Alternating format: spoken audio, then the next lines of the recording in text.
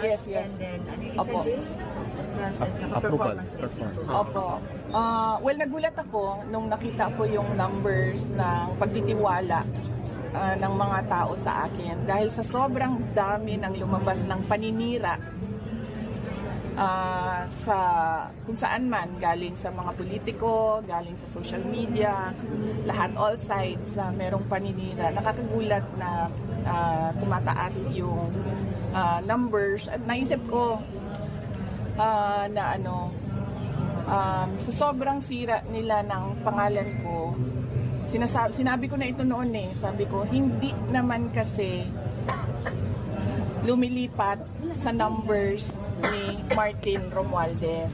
Kasi nga, sinabi ko nga din noon na kapag hindi ako tumakbong presidente, hindi pupunta yung boto ko kay Martin Romualdez, pupunta siya sa ibang kandidato.